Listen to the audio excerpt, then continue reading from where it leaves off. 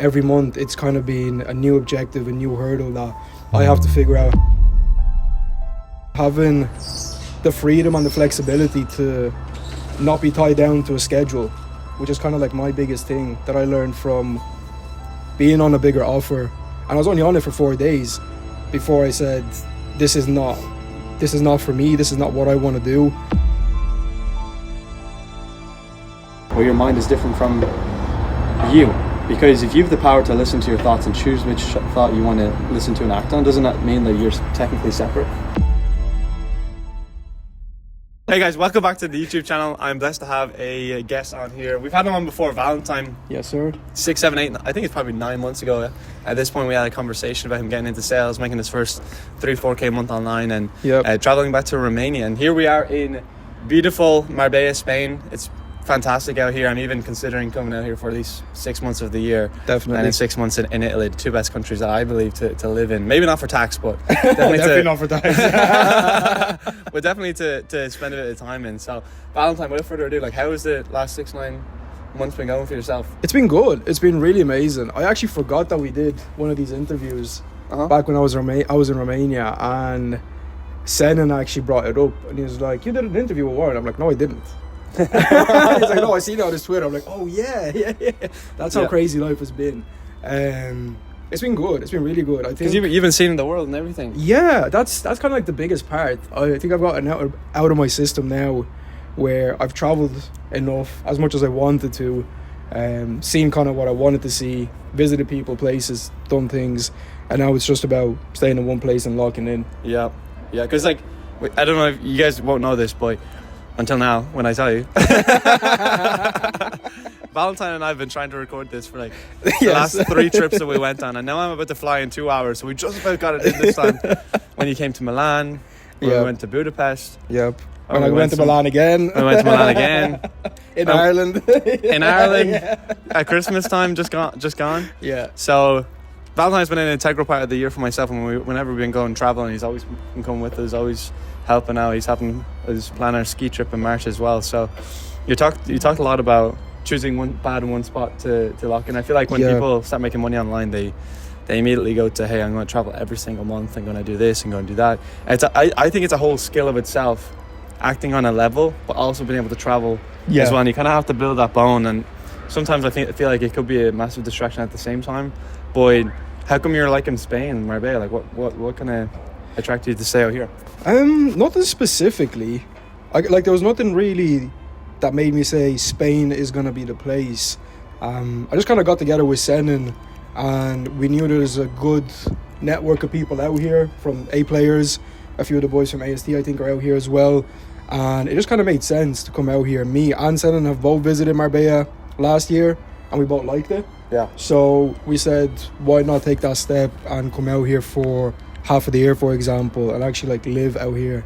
But yeah, so far so good. It's only been 2 weeks, a week and a half maybe since we got here, but we're loving it. At least I am anyways. But so is Senan, because we've spoken about it, and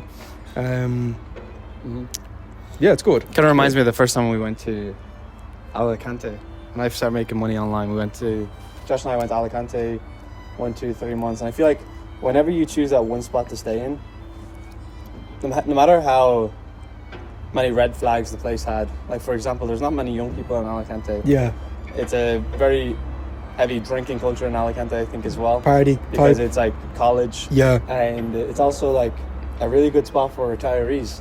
Okay. So, now, there's nothing wrong with all of that, but when you're traveling for the first time, you kind of overlook all of that. You're like, oh no, Spain's fantastic. So Alicante has that special part of my life. When we started making our money online, we started going to sales, started doing everything remotely. But for you, how has sales and everything been going? What have you kind of transitioned towards? Yeah, so since we last spoke, I've moved into more of a... See, I don't even know what to really define it as, but it's I wanted to run an offer. That was kind of the goal. I wanted to be a part of an offer. I didn't want to just be a cog in the system for something bigger, right? I wanted to be a part of the whole thing, of the bigger picture. Maybe build it from the ground up of some sort. And that's what I got myself into with Joe Boyle.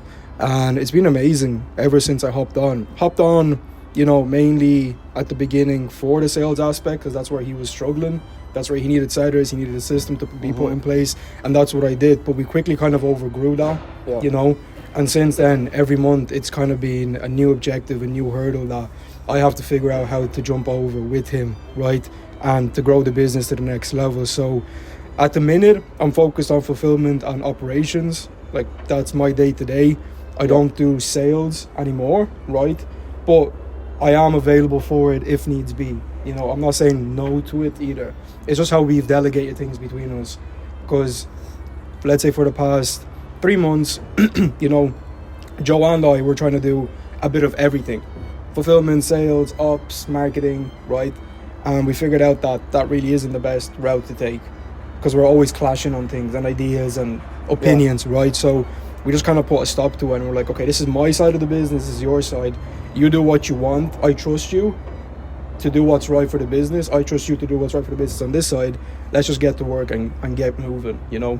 And it's been good. It's been really good having the freedom and the flexibility to not be tied down to a schedule, which is kind of like my biggest thing that I learned from being on a bigger offer. And I was only on it for 4 days before I said, this is not for me. This is not what I want to do. Like the environment of it. Yeah, like the potential to make money was there, but at what cost? And I didn't think that cost was worth the bit of cash that I was going to make potentially, and that was a potential as well, because there's no guarantee with it, you know. Yeah, I mean, there's definitely like different reasons for different seasons, right? For sure. I always come back to me like, for sure. If you actually just want to lock in, so you don't have to clock in for the rest of your life. Yeah. Ironically. Yeah. You could do that for like I think at most a year, but like what are you sacrificing in order to be able to do that? Is your relationship with your family slowing down? Is the relationship with your friends completely dust? So like sometimes you have to do that to get into the best position possible. Like my WhatsApp guys, there's like 200 messages I have to look back on. It's not because I'm ignoring people. It's like genuinely I'm just so focused on business that that's like, it. My energy can't go into communicating with everybody, but mainly communicating with my team and my clients. Yeah. Because we're growing so quickly, it's like, hey, there's only a finite amount of energy that you have in the day. And that's what I'm finding with this. Like, you can't do 7-8 different things. Definitely. Or else you just floor yourself. Yeah. Like, you look at Elon Musk, for example. Everybody says, oh, you can manage 7 to 8 different companies, but that's because he has leverage. That's because he has leverage to place people in positions where they can just report to him. And he trusts them. And that's kind of what happened with Joe and yourself. Yeah. It's like, hey, I have leverage now because I can get somebody really good on my team. I can pay them a certain amount per month. They can manage the whole side of my business, and I can just focus on sales. Yep. It's my sole responsibility for new revenue, that's business it. development. And a lot of people don't want to take that responsibility on. Like, if you don't get new revenue into the company, typically they die. Yeah. And that's something that people like kind of shy away from and think, oh, I'll get a great closer in. But like, if the system's not there, the closer won't. The closer will not stay around. No. It's like, I've had chats with people like this before where they kind of put it off, or maybe it's like an agency and they're doing 10K a month. Like, yeah, I want a whole sales team. Like, no, you don't. You need a whole fulfillment team. Sure. Yeah.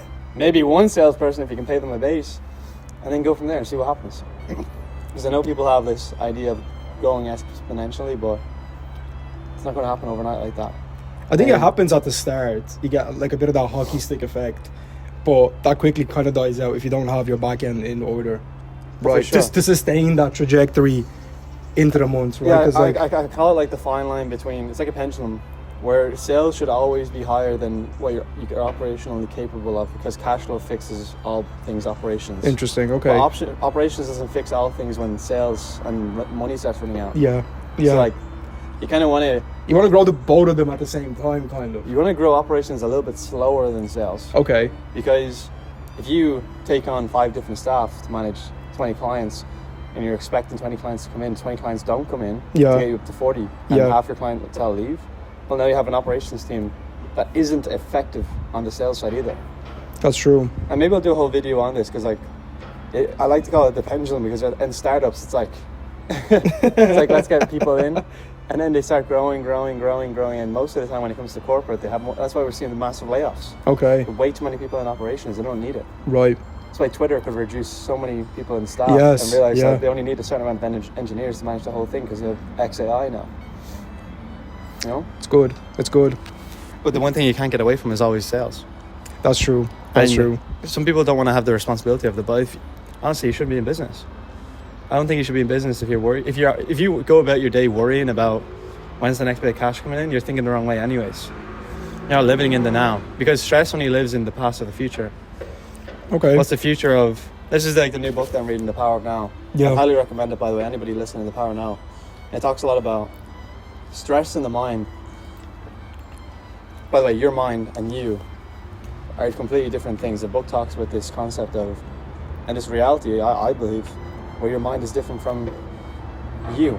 Because if you have the power to listen to your thoughts and choose which thought you want to listen to and act on, doesn't that mean that you're technically separate? Yeah. So your mind can throw things at you, and you're like, I'm not doing that. Yeah. I'm not going to go in and play PlayStation for the next 7 hours and waste my whole day.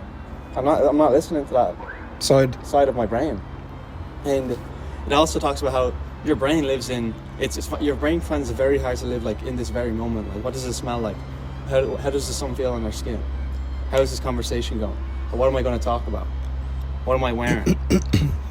What are those noises in the back? Very, very hard to live in the now constantly, but the book pushes to do that, because when you do that, you're not worried about the past. You're not worried about the future. You're just doing. Here. You're in it. Yeah. Why would you worry about collecting money next week when you're here today? Yeah. That's true. Has there been like big mindset shifts for you going through all of this over the last like year or so? Because I know at the very beginning you're like, no, manifestation is a load of shit. Still is. No, I want to say like massive. There probably has been shifts, and I haven't taken note of it or noticed it. I've just kind of been doing, and I realize like, okay, this is a better way of doing things or a better way of thinking.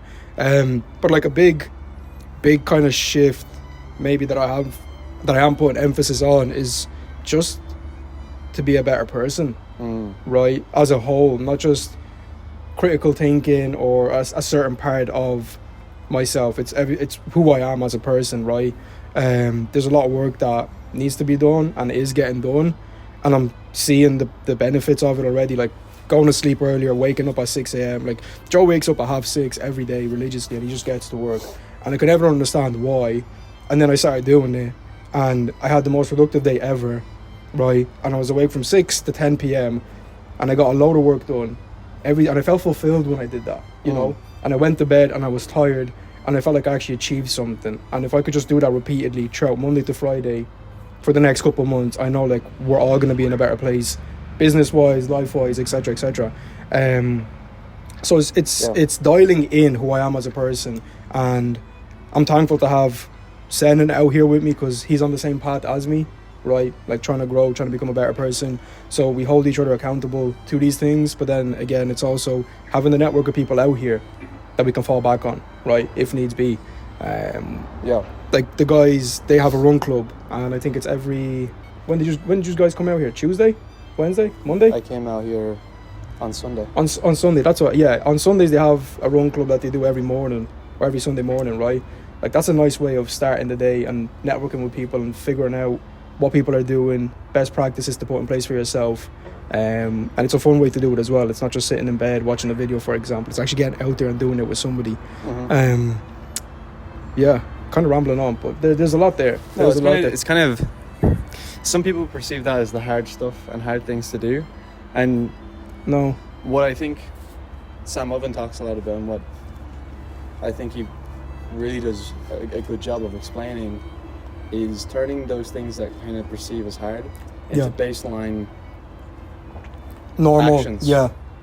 Like when you're driving your car and a deer comes out, you swerve around it because it's just like a baseline instinct. Yeah.